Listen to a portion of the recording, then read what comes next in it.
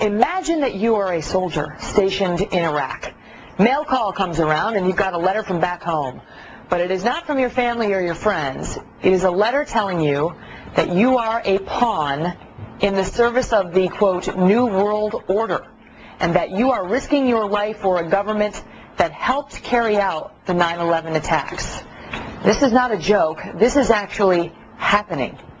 These letters are the work of Mark Dice, the founder of a group called The Resistance. Mark joins us live now, along with Captain Pete Hegseth. Pete is a National Guardsman who served in Iraq, and he is the Executive Director of Vets for Freedom. Good morning, gentlemen. Good morning. Mark, let me start with you. Do you think this is helpful to our troops serving on the ground in Iraq? I think that it's very beneficial that we inform them as to the true circumstances that got them in the situation that they're in. I think that if they're able to make better decisions based on the facts, and they can decide to direct their lives and their careers and the positions and the direction that they want to go, I think feeding them a constant stream of propaganda is one of the most detrimental things to them and to our service. What do you want them to do? Abandon the war? To just walk off the battlefield? We want them to join the 9/11 Truth Movement. We want them to ask their superiors hard and compelling questions about the circumstances of 9/11. Is that the role of an American soldier?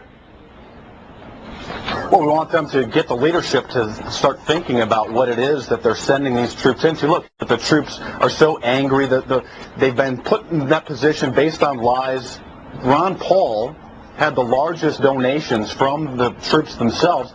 The troops know, I personally know United States Marines, active Marines who've served in Iraq, who know that 9/11 is an inside job. We're trying to get the word out to as many people as possible and not keep them with the wool over their eyes. Pete, Pete, does Mark accurately characterize the attitude of the troops? I don't even want to dignify this with a response, really. I mean, he knows a couple of Marines, so therefore he knows how the veterans feel and the troops feel about this conflict. You know, our troops are just a little bit busy over there. I don't think they're going to want to take the time to open mail from some fringe political sect. They're too busy winning this war in Iraq. They're too busy decimating Al-Qaeda and standing up in Iraq in an Iraqi government that can take the fight to our enemies. They're not worried about. I have a feeling these letters are going to find their way into the latrine and elsewhere. They're just not really going to care what some group in Southern California thinks about their service. They know what they're doing. They believe in it. They're succeeding.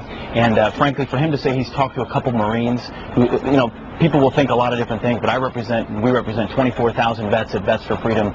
We believe in finishing this mission. We believe in what we're doing, and that's how most veterans and troops on the ground feel. Mark, given that you say you care about the troops, you say you support them, given what you've just heard Pete say, how can you justify having 3,000 people send what some would argue amounts to hate mail to them?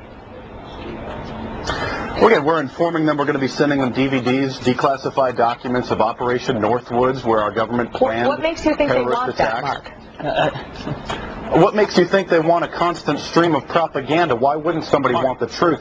People want the facts, okay? The Marines are hungry for the truth. What got them there? Why are they there? Why are they risking their lives? And we're going to help them understand that. So because you talked to a couple of Marines, you believe that therefore most Marines and soldiers in Iraq want out and they hate what they're doing. These are volunteers who believe in their service, the mission they've been sent to do, and they're achieving incredible things. They're winning on the battlefield against Al-Qaeda and Iranian-backed militias. Why in the world would they care what you and a couple of other kooks in Southern California send them in the mail? They don't. These letters will end up in the toilet or on the firing range. They don't care about it. You should spend your time talking to politicians and not to soldiers. They're there with a mission and they're completing it. I'll give you the chance to respond. The Marines that I know say that 20 to 25% of the Marines believe that 9/11 was an inside job, and they're very angry. They don't know what to do. They're in a very rough position. That's not something you can exactly go to your superior and say.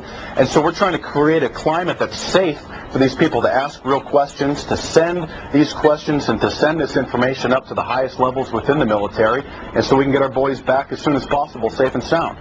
The only reason you can say what you're saying right now is because Marines for generations have been willing to fight for people like you to say outrageous things like you're saying, like 9/11 was an inside job. The Marines, I don't know where you got that stat of 25%. I'm sure you made it up based on the couple people you've spoken with. But the fact of the matter is most soldiers and Marines understand why they're fighting. They understand the nature of the enemy because they see him on the battlefield every single day, and they just laugh off the kind of stuff you're trying to pull. Going to have to leave it at that. Pete Hegseth and Mark Dice, thanks so much for being here. We appreciate it.